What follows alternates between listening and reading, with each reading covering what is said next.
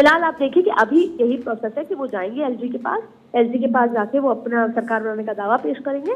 कल शपथ होगी, उससे पहले आप देखिए मंदिरों का दौरा आपको नजर आएगा। कोई हनुमान जी के मंदिर में होगा तो कोई किसी को जल चढ़ाएगा, तो कोई कहीं और दरबार में होगा, कोई गुरुद्वारे जाएंगे। लेकिन यहाँ पर ये सब होता हुआ माँ बाप की आशीर्वाद लेते हुए एक बहुत भव्य कार्यक्रम, जहाँ से सपना सोचा था नरेंद्र मोदी ने रामलीला से अपनी पूरी कार्यकारिणी और बैठक के दौरान, वो सपना साकार होता हुआ नजर आएगा। आपको देखिए पगड़ियों में महिला दिखेगी, इसीलिए शाम को 150 से ज्यादा पगड़ियां आई थी दिल्ली बीजेपी कि कल जो महिला आएंगी वो भगवा साड़ी और पगड़ी में आपको नजर आएंगी, क्योंकि अब दिल्ली का बॉस एक बार फिर महिला है, लेकिन इस बार वो जिसे बोलते हैं भगवा महिला है, भारतीय जनता पार्टी की महिला है, डबल इंजन की सरकार है और पीछे नरेंद्र मोदी खड़े।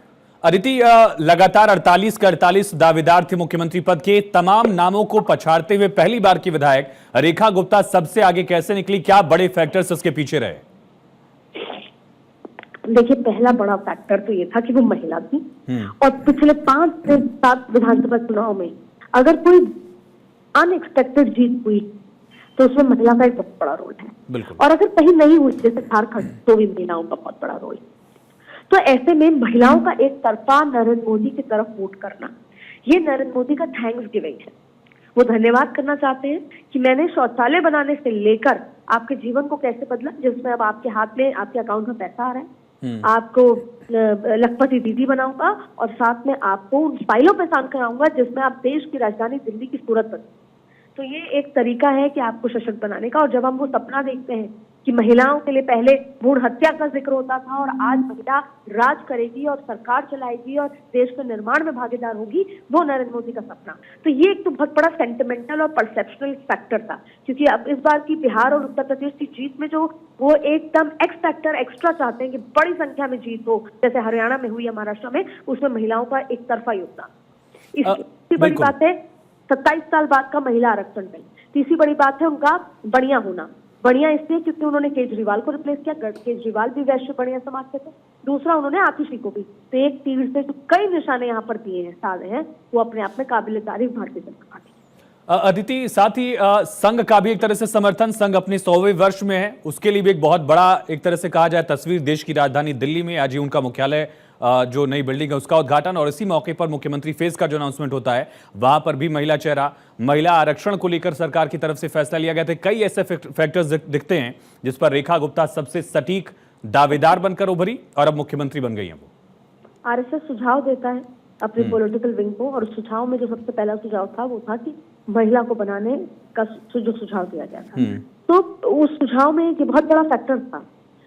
देखिए, दिल्ली में 2200 शाखाएं लगती हैं और 2200 शाखाएं लगती है तो आर्य समाज हो या आरएसएस हो, दोनों ने मिलकर भयंकर एक्सटेंसिव काम किया था घर घर जाकर। तो आरएसएस का रोल जैसे हरियाणा में था, आरएसएस का रोल जैसे महाराष्ट्र में था, उसका उतना ही बड़ा रोल आरएसएस का दिल्ली में था। आरएसएस का सुझाव आया, उस सुझाव को माना गया और पॉलिटिकली भी यह सुझाव सबसे एक्ट था। ऐसा हर बार नहीं होता कि आरएसएस जो कहे वो पूरी तरीके से लागू, लेकिन उस तरीके से वो सुझाव होता है। लेकिन यहाँ पर ये पॉलिटिकली सबसे बेहतर जैसे ब्रह्मास्त्र साबित हो रहा है। मैं फिर दोबारा कहूंगी, नीतीश कुमार की इतनी लंबी जीत में जब उन्होंने शराब पर बंदी लगाई थी, अल्कोहल फ्री स्टेट बनाया था, तब महिलाओं ने एक तरफा वोट किया था नीतीश कुमार को। तो महिलाओं के वोट से व्यक्ति ने राजनीतिक जीवन में कई नेताओं ने जो उछाल देखा वो नरेंद्र मोदी ने उसको कैच किया है। और फिर राष्ट्र निर्माण में महिलाओं का निर्माण है, उनको सशक्त करना अपने आप में एक बहुत महत्वपूर्ण और सबसे जरूरी काम था, कार्य था। तो जाहिर तौर पे एक और उससे बड़ा फैक्टर है कि जब जितने भी बड़ी लॉबी में आपको अंदर अगर हम बात करें तो बड़ी लॉबी जो कि वहां का बहुत बड़ा व्यापार संघ है, उन्होंने भारतीय जनता पार्टी को एक तरफा वोट किया। वो बहुत बड़ा अटैक था केजरीवाल को, बिल्कुल। और उन्होंने ये कहा कि इस बार हम चाहते हैं कि आप केजरीवाल को हमने हटाया, हमने अपने ही समाज के व्यक्ति को हटाया।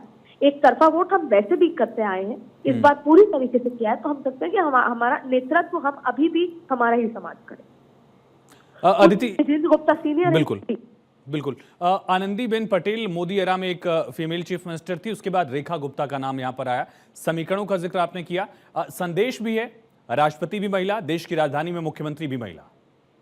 हाँ, इसमें आप एक नाम भूल गए, वसुंधरा राजे, राजस्थान की, वो भी महिला चीफ मिनिस्टर थी और बहुत दबंग महिला चीफ मिनिस्टर रही हैं। आनंदीबेन आज तक भी। और फिर आप देखिए कि उपराष्ट्रपति वो भी सबसे पिछड़े तबके से आदिवासी समाज से आना, जिनका शायद कोई स्थान किसी भी उस तरह से नहीं देखा जाता था, उनको बनाना। और तो जाहिर तौर पे ये एक ऐसे, आज की राजनीति अगर हम समझें, नरेंद्र मोदी की राजनीति में मेहनत है, लेकिन एक राजनीति आजकल परसेप्शन से चलती है।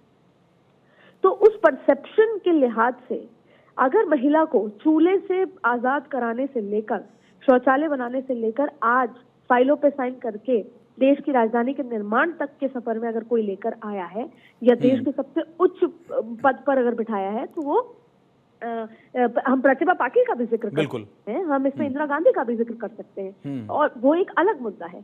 लेकिन भारतीय जनता पार्टी ये तमाम चीजों को देखकर, देखिए एक आप चीज समझ लीजिए, जो दिल्ली का ये जो मैसेज दिया गया है ये दूर तक जाएगा, लेकिन अभी पिक्चर अभी बाकी है।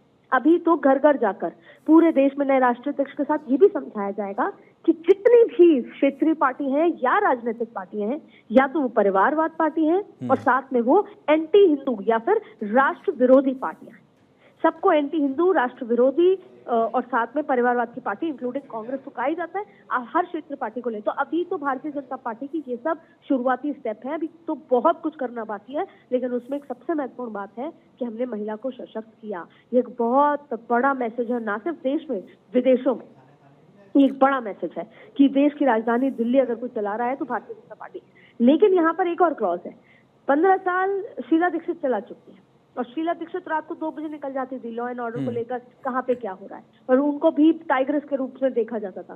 तो अब ये देखना जाना होगा कि कई बार रबर स्टैम्प की तरह ना काम हो लोगों की, क्योंकि काम होंगे क्योंकि नरेंद्र मोदी की गारंटी है। लेकिन अब रेखा गुप्ता को इंडिविजुअली कंपेयर किया जाएगा आतिशी से, लेकिन आतिशी से ज्यादा किया जाएगा शीला दीक्षित से, क्योंकि आतिशी तो उस कुर्सी में बैठती नहीं थी जो मुख्यमंत्री की थी, वो तो बगल की कुर्सी में, तो ये पता था वो रबर स्टैम्प है।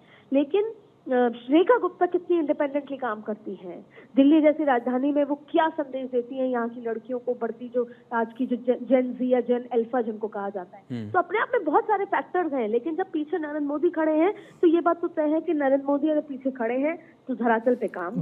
बाकी महिला विधायकों से रेखा गुप्ता अलग किन मायनों में बढ़ी? क्या वो हरियाणा में पैदा हुई, उनका बैकग्राउंड हरियाणा का है, या फिर वो गुप्ता है इस वजह से, या संगठन का जो उनका लगभग 30 सालों का अनुभव रहा है एबीवीपी से लेकर बीजेपी तक का, उस वजह से उनका वजन और ज्यादा कद बढ़ गया?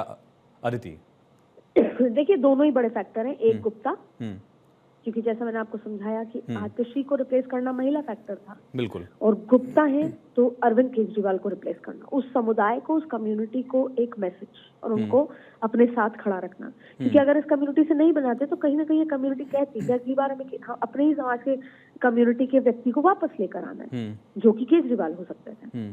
ये 2 बड़े फैक्टर। तीसरा, भारतीय जनता पार्टी हमेशा संगठन पर ध्यान देती है, खास तौर पे आरएसएस का हमेशा ये रोल रहता है कि आप बाहर से भले ही व्यक्ति को बुलाकर अपना कुनबा बढ़ा लीजिए, लेकिन संगठन हो या महत्वपूर्ण पदों पे अपने ही संगठन के व्यक्ति को बिठा के रखिए, जिससे कि वो कार्यप्रणाली को, उस प्रोसेस को, पार्टी की भावनाओं को समझे।